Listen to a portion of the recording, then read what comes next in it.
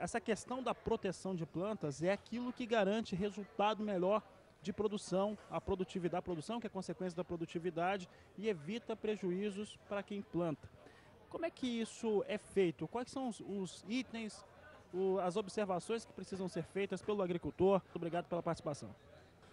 Bom, a gente sempre fala que o primeiro insumo que o agricultor deve abordar e deve tratar com bastante cuidado é a semente, o segundo insumo é o adubo e o terceiro insumo são os componentes da proteção de plantas. Então, o que vai dar o potencial produtivo da lavoura do agricultor é posicionar a adubação de base e a adubação após a emergência das plantas adequada e a semente de alto vigor e de alta qualidade.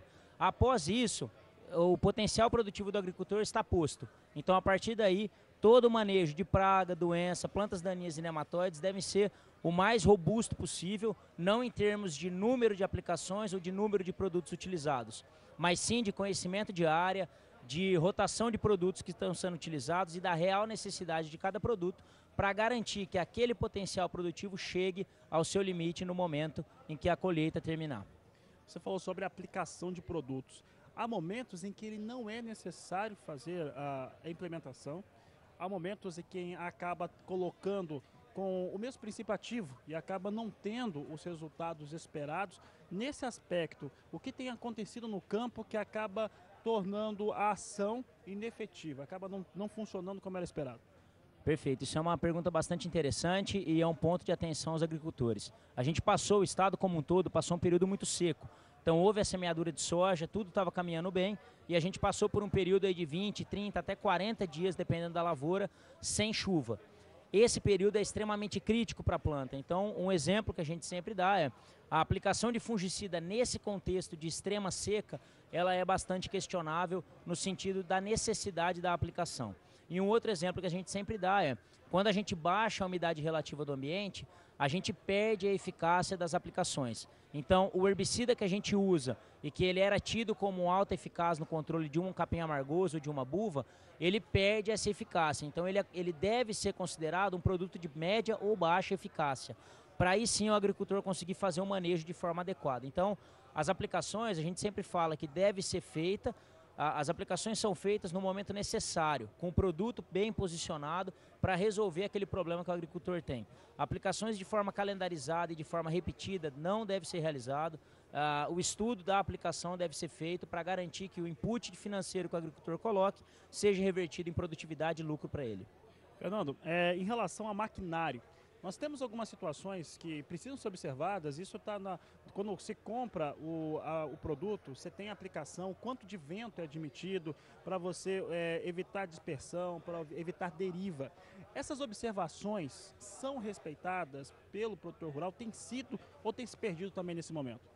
Bom, o ideal é que o agricultor respeite aquele trinômio que a gente fala, de temperatura máxima de 30 graus, velocidade do vento de 4 a 10 km por hora para gota fina e de 4 a 15 km por hora para aplicações com gota grossa e a umidade relativa mínima de 60%. Isso é o ideal, isso é quando a gente tem a melhor condição possível. Infelizmente, a gente tem esse período de tempo do dia muito curto, então o agricultor infelizmente tem que extrapolar essas condições e aplicar realmente em situações desfavoráveis. O que a gente fala para o agricultor é, sempre que a gente faz uma aplicação num período desfavorável, o agricultor deve calibrar muito bem a máquina, fazer a aplicação no horário ideal para que ele está se propondo. Então aplicações, quando está muito seco, aplicações noturnas tendem a ter um resultado melhor e sempre atentar à questão de que uma aplicação fora de uma condição ideal, ela não fica como a gente imagina. Então, se antecipar os problemas é fundamental, além do produto que a gente vai utilizar.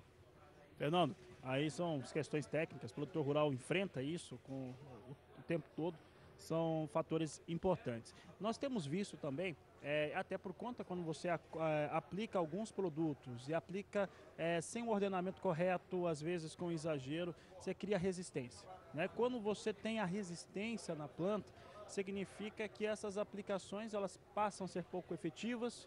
Tem o custo dela, o produtor rural comprou o insumo, aplicou, tem o custo da aquisição, tem o custo da aplicação e acaba trazendo prejuízos.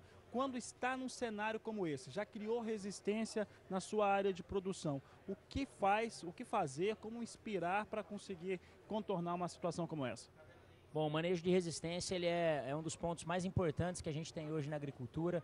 Em todos os aspectos da proteção de plantas, nós temos problemas de resistência, então temos plantas daninhas resistentes, doenças de ferrugem e mancha-alvo resistentes na cultura da soja aos fungicidas. Então, de imediato, fazer misturas de produtos, nunca aplicar ou evitar aplicar o produto isolado é uma opção.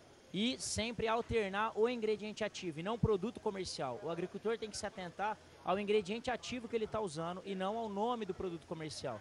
Então deve sempre fazer a alternância de produtos químicos para garantir que essa resistência seja a menor, o impacto da resistência seja a menor possível na lavoura. A aplicação sucessiva do mesmo produto, sem dúvida nenhuma, vai incorrer em risco de resistência, vai gerar resistência e isso vai causar um prejuízo enorme para o agricultor.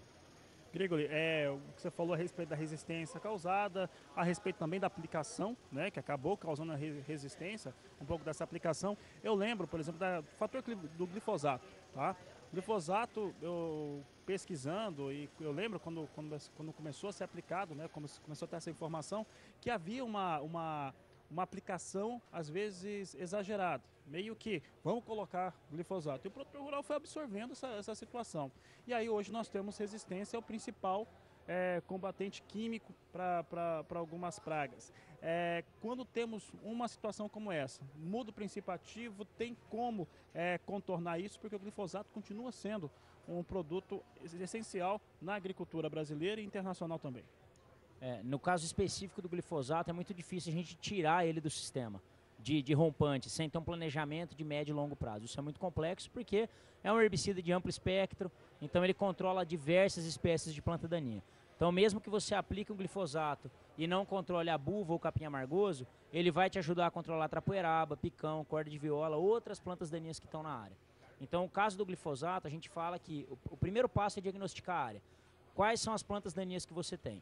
O segundo passo, aplicar enquanto essas plantas daninhas são pequenas. É extremamente importante o agricultor fazer a aplicação do herbicida com plantas pequenas, porque isso requer uma dose menor e a efetividade do produto químico é mais alta. E o terceiro aspecto é a mistura de produtos. Então, se você tem um capim amargoso, uma buva, um capim pé de galinha ou alguma planta daninha resistente ao glifosato na área, use a dose correta de glifosato e associe produtos de alta eficácia para aqueles alvos que você tem. Então, se você tem um capim amargoso, utilize um graminicida de alta eficácia. Se você tem a buva, utilize um ingrediente ativo de alta eficácia para você conseguir resolver o problema daquela planta daninha. E sempre aplicando quando ela ainda está pequena, no estágio de desenvolvimento inicial, porque aí você tem realmente alta eficácia. Aplicar em planta grande, isso dificilmente você vai ter uma eficácia adequada e vai incorrer em mais aplicações para controle daquele alvo. Fernando, para encerrar, quando você fala na mistura, né, dos elementos, dos produtos, você está falando da mistura de elementos químicos, isso, por exemplo, se numa área é possível ter uma área de soja, você tem invasoras de folha larga, de folha estreita ao mesmo tempo, e nessa mistura, porque você acaba, se você misturou e aplicou, você economiza uma passada de uma vez na lavoura. É esse o pensamento? Exato, esse é o pensamento. A gente sempre ressalta que a mistura de produto químico no tanque ela é muito complexa. Então o agricultor deve conhecer quais os produtos que ele está utilizando.